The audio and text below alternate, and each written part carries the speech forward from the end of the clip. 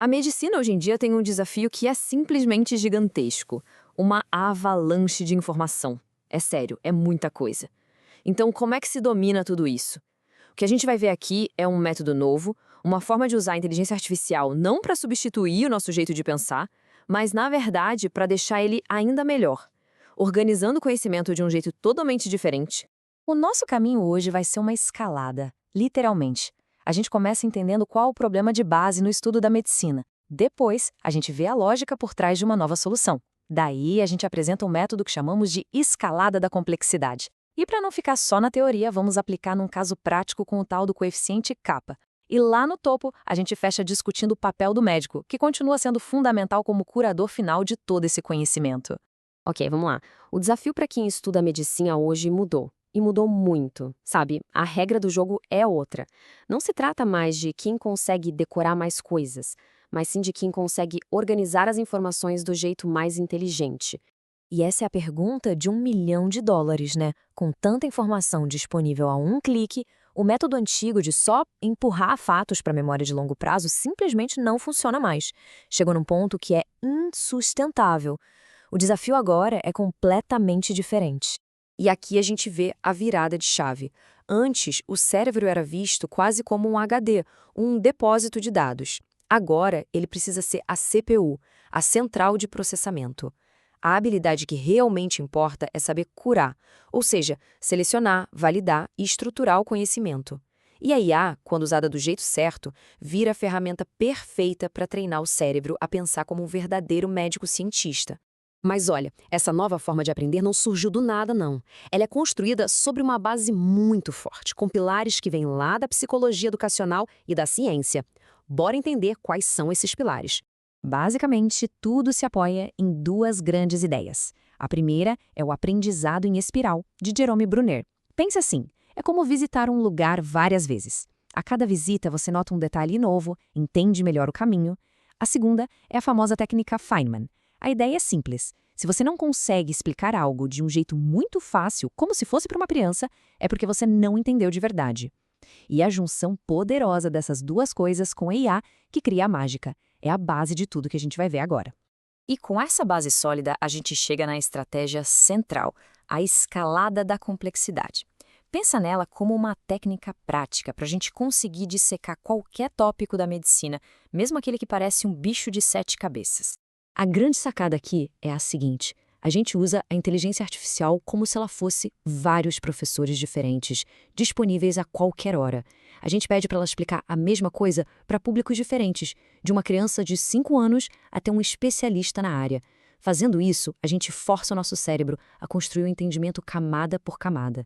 Não é só decorar um fato, é de fato desvendar a anatomia da informação. Para a nossa demonstração hoje, a gente não vai subir a escada inteira, não. Vamos focar nos 4 primeiros degraus. E tem um motivo bem estratégico para isso. Essa jornada, que vai de uma analogia super simples até a aplicação clínica real, é o que forma a base do raciocínio médico. Dominar essa passagem é o que transforma a decoreba em segurança na hora de tomar uma decisão. E para colocar o método em prática, a gente escolheu um tema que, vamos combinar, pode assustar um pouco. O coeficiente kappa de Cohen. Parece coisa de estatístico, né? Algo bem distante da prática. Mas a gente vai ver como essa escalada transforma essa ideia complexa numa ferramenta de verdade. Certo, antes da gente começar a subir, vamos só olhar a definição de livro, aquela mais formal. O kappa serve para medir a concordância entre duas pessoas avaliando a mesma coisa, tipo dois médicos olhando um exame. Mas o pulo do gato é que ele tira da conta os acertos que foram puro acaso, sorte mesmo. Pronto, agora vamos quebrar isso em pedaços fáceis de entender. Vamos lá, primeiro degrau, a explicação para uma criança de 5 anos. Olha que genial essa analogia. A gente isola a ideia central. É sobre ser bom de verdade ou só ter sorte. Essa imagem simples funciona como uma âncora, gruda na cabeça. É o primeiro passo para construir um entendimento que realmente faz sentido. Subindo um degrau, nível 2, agora para uma criança de 10 anos. A coisa fica um pouco mais séria.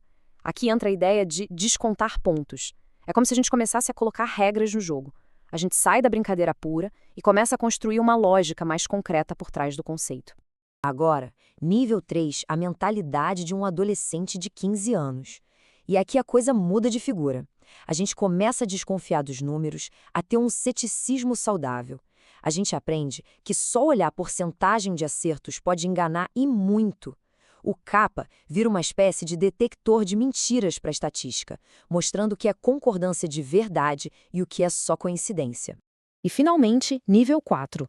A gente aterrissa onde interessa, na prática clínica, no dia a dia. Todo aquele papo abstrato agora vira uma ferramenta na mão. 2 médicos olham a mesma radiografia. Será que eles concordam de verdade ou foi só acaso? O CAPA ajuda a responder. E isso, no fim das contas, é o que dá segurança para tomar decisões que afetam a vida das pessoas. Então, depois de subir esses degraus, a mensagem principal fica bem clara, né? O objetivo aqui não é de jeito nenhum deixar a máquina pensar pela gente. Muito pelo contrário, é usar a tecnologia para dar um superpoder para o nosso próprio cérebro, reforçando o papel central de quem é profissional de saúde. E essa frase aqui, ela resume tudo perfeitamente. Pensa na IA como um espelho. Se a gente faz perguntas rasas, superficiais, ela vai devolver o óbvio. Mas se a gente faz perguntas inteligentes, bem estruturadas, aí sim ela entrega ciência de verdade.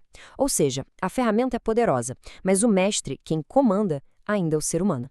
Essa analogia do piloto e copiloto fecha a ideia com chave de ouro. O médico, a médica é quem está no comando, é o piloto. Define a rota, faz as perguntas difíceis, checa as fontes e no final do dia a responsabilidade é toda dele. A IA é o copiloto. Um copiloto incrível que faz os cálculos, mostra os mapas, analisa os dados, mas quem decide para onde o avião vai é sempre o piloto. E para terminar, fica aqui uma provocação. Isso que a gente viu não é só uma ideia bonita, é uma ferramenta para ser usada agora. Então, vale a pena pensar. Naquele conceito da medicina, sabe? Aquele que sempre pareceu um nó na cabeça, qual conceito complexo vale a pena escalar primeiro?